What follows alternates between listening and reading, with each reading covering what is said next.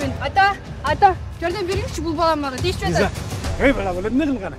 Күч атасын таныбайт деп, ар кимге барып алып, зулумдук кылмай жок, жакшы ниетте машыгабыз. Коргоону, ата мекенди коргоо, үй бүлөнү коргоо максатында гана машыгабыз. Эне жок. Не кылабыз? Жашоо кинодогудай болсо, пленканы артка түртүп коюп, далай кемчиликтин да өйт белек.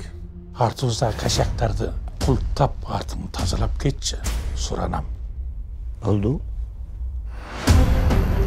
Бул наркобизнеске, наркотиканы таркатууга, наркотиканы колдонууга аеосуз күрөш жана аеосуз согуш жарыялашыш керек.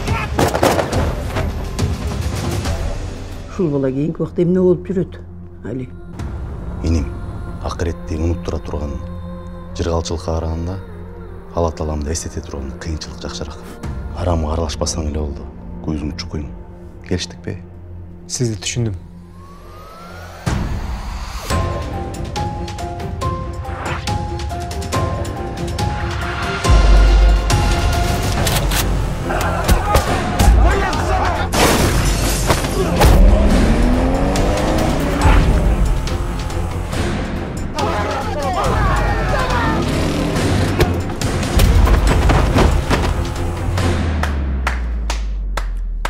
Дүрмөтүң дагы түгөн эле экен, Али.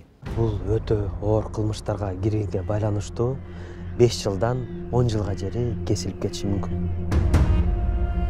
Баарыбыз мыйзам менен жашаган үйрөнөлү да. Мен сен мыйзам бус деген жокмун, Айба. Эмне анча жаңылып жүрөсүң? Элин акбарың не төгүп салдың? Эй, баатыр боло бербесең, көйдөлүп каласың. Баатырлык өмүрдү кыскартпайт.